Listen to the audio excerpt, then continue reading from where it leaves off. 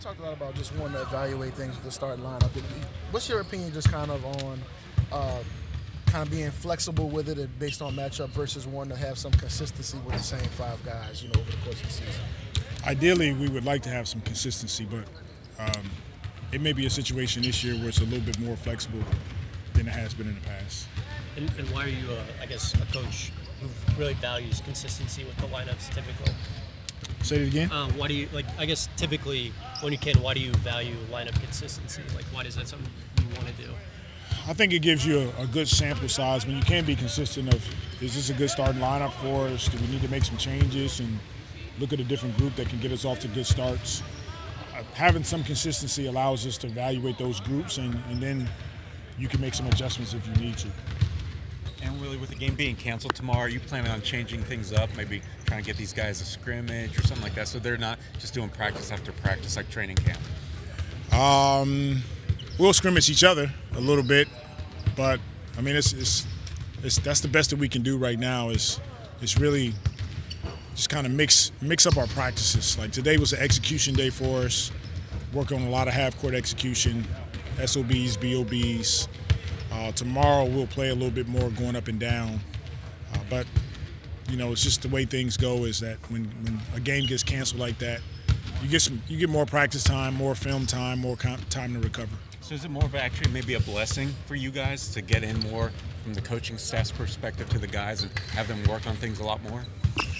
Yeah, I think it's sort of a balance. It's good in the sense that we get to be home, we get to work on some things, but at the same time, you want to play against some other teams and play against competition and sort of reevaluate where we are.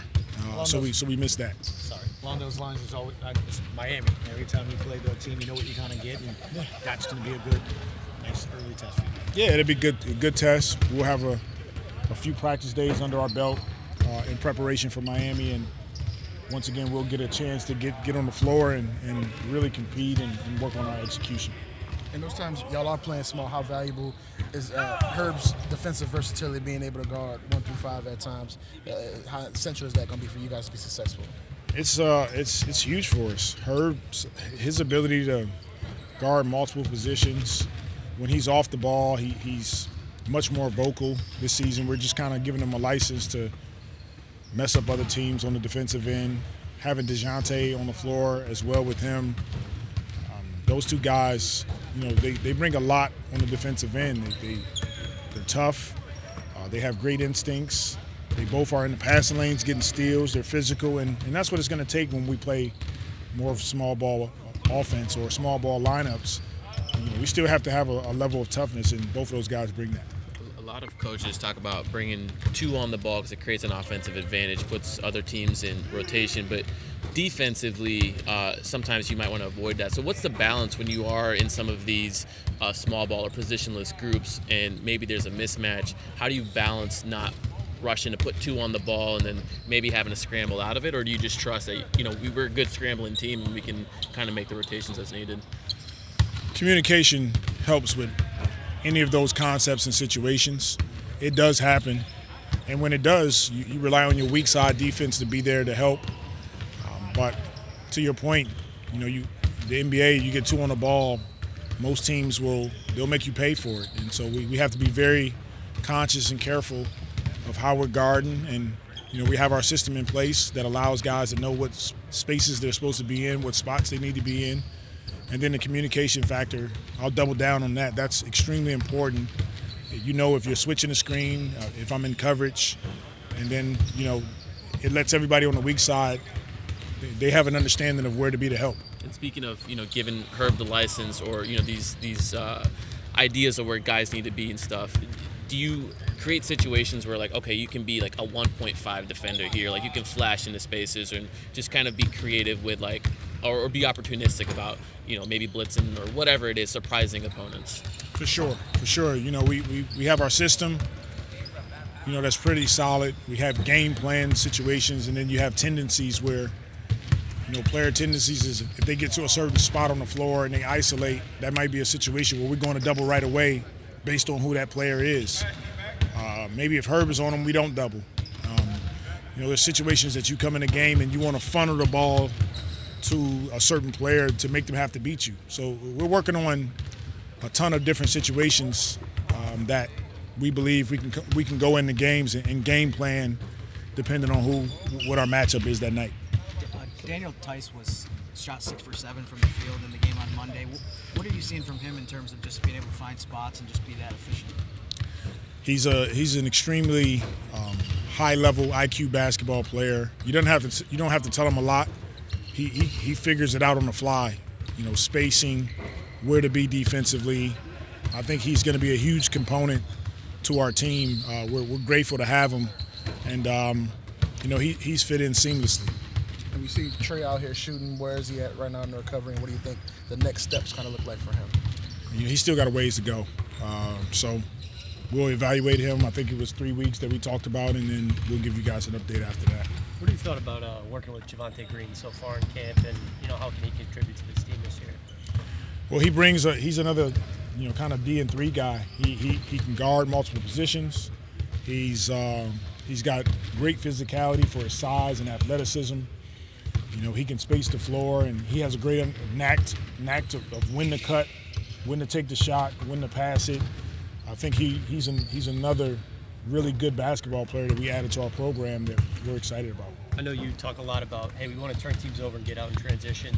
Do you put goals on that to your team of we want to be top 5 fast break points? We're starting to chart more as we progress. This is an area for me as a coach where I'm growing. It's how to chart and making sure that we're charting certain components of our offense and defense. But for sure, we want to be a team that causes deflections. We get steals. We finish possessions. We get charges. Verticality. All of those opportunities, it triggers our transition opportunities. And so if we can score easy baskets, that's less pressure on your half-court offense. Some players really have a nose for the ball and just creating havoc, causing turnovers. Obviously, Herb and DeJounte are two of those players. But what have you seen from Zion just the back half of last season and maybe just coming into this season? Do you think he's one of those guys that can kind of sense out, okay, maybe this is a spot where I can force a turnover or get a steal, get off the races? Yeah, he has. He's I've seen a ton of growth from Z. He's taken pride and ownership in guarding his yard, guarding his opponent. And on the weak side, he does have a knack for getting steals and getting out on the break. And so he's another guy on it's a part of our program that we're challenging him. His teammates are challenging him, and he's answering the bell. And have you kind of seen at times where teams are trying to target him, he's taking that more personally, where he's attacking them in those situations? For sure. He's definitely taking it personally. I think he gets upset at us when we say we're going to double. He gives us a look like, nah, we're not doubling now. And that's good. That's what you want, from your primetime guys. You want them to take the challenge, and he's done it. You guys saw him last season.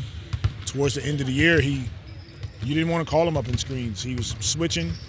He was guarding. He was getting blocks. He was weak side help.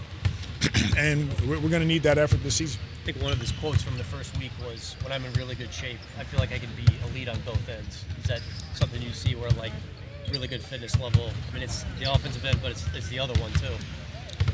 I think we all see it. Not just me. He knows it. You all know it. When his conditioning is elite, there's not much he can't do. And that never gets old. Being around him, seeing his talent, his ability, his IQ for the game, his ability to pass. There's just not a lot he can't do on a basketball floor.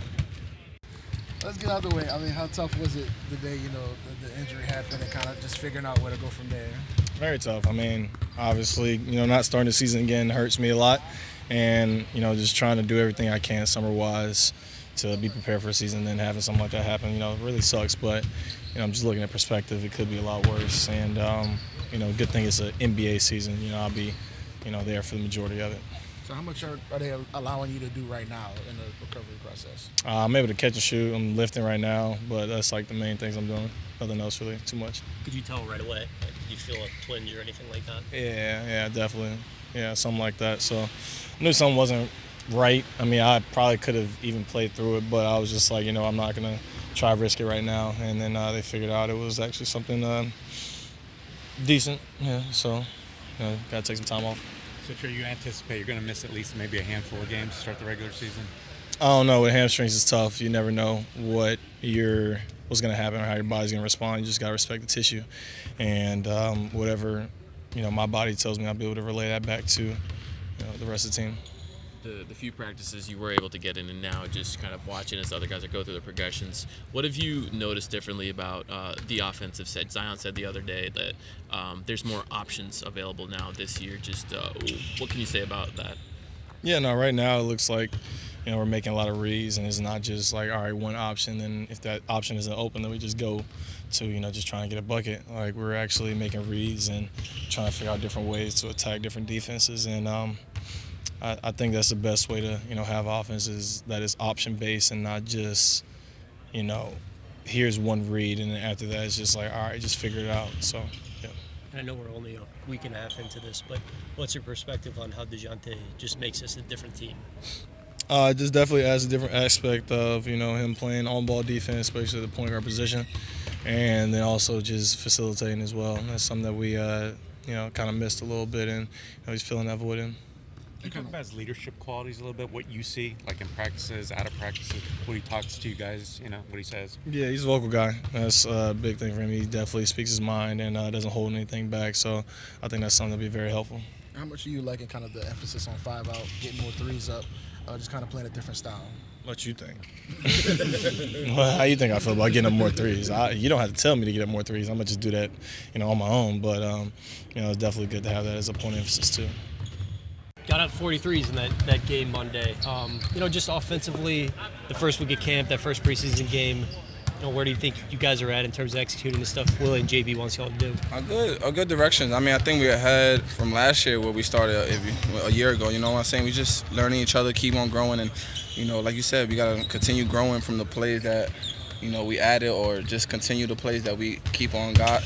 Just grow, just keep on growing with that. And Z talked about after that first game, just with the way y'all are playing on offense, it feels like there's just more options on the floor when he's handling the ball. Do you kind of feel it as well, when the way the floor is spread, that you can kind of pick defenses apart a little easier? Yeah, I mean, you look at the lineups, just so many offensive power that, if you come off a screen, if the pocket pass not there, you either got CJ, Jordan Hawkins, Trey Murphy, B.I., those guys on the wing, or, anybody. It just, it just opens a lot of the floor, and now offense is Z, rolling.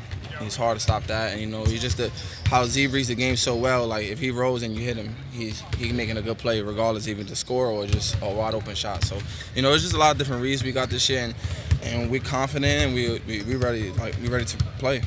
Where have you kind of seen Hawk make the biggest growth in year two? Oh my God, you should have seen today practice. He was really well. He's growing, man. He's confident. One thing about him, it's not even about his offense. We knew how special his offense game was. It's about the defensive end, and he's doing very well. He's taking a lot of pride on it. He's gonna be special. He's gonna be good. That's where I was going, Jose. So many people talk about the different options you guys have offensively. I kind of feel like there's a lot more defensive players here, right? Not just yeah, for sure. Obviously, losing a guy like Najee, it hurts us, defensively and then vocal point. But, you got DJ here. Obviously, he's very good. And you got Herb Jones. Like, we can't forget about that. And then, like you said, other guys are stepping in, knowing that we had, people changing positions and stuff, taking pride on defensively, and, they keep growing. And you've had 2 weeks now with DeJounte practicing and all that. What's your opinion of him that's different now than what you knew before? I knew he was a great dude, but he's just a great person, and he's a professional. Like, he want to teach people. He knows he's settled. He knows he's blessed in life, and he just want to make everybody around him have almost the same situation, or just a better situation for them. And that's one thing I respect about him. He just want everybody to grow with him. He's willing to teach and learn, and listen to you, but also explain to you what's right and wrong. And so that's one thing I learned about him. He's a great leader, great professional, and great dude. Do you find yourself picking his brain at all because he's been in the league a little bit longer? For sure. All these guys, I want to stay as long as I can. So these guys like that, just point guards that's just reading the pocket, read the game, and defensively, all that. I just learn a lot, ask them questions, and they teach me. You mentioned reading the game. What did you see from Daniel Tice? He was 6 for 7 from the field.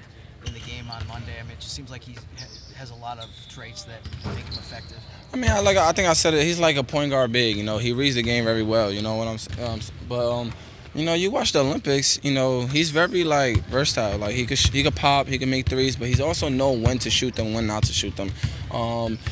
You know, he's just a great guy. Like he's smart. He's a smart player out there. You know, he knows what to do at the right time. How do you feel like some of the changes y'all are making kind of benefits your game and some of the stuff you want to do? I mean, you know, one thing about me, I think I learned I could fit in any role. You know, but we playing fast. That's something I really do. I'm a fast guy, and you know, just opportunities just to keep on making. I'm driving to the hole, and I got options to shoot threes and stuff like that. Are you trying to look more for, like, say, pull-up threes? Notice in the last game you did a couple. You tried to shoot a couple of those. Yeah, I mean, I gotta make them pay for not going under. I don't want to be a person that's making, like, you know, known for just shooting off the dribble three. I just want them to respect it, so then I can get whatever I want when I go downhill. But it's more about just improving my game. Preseason, you just feel the game. You gotta get your feet wet. You know, keep on growing, and you know, I'm ready for the real season.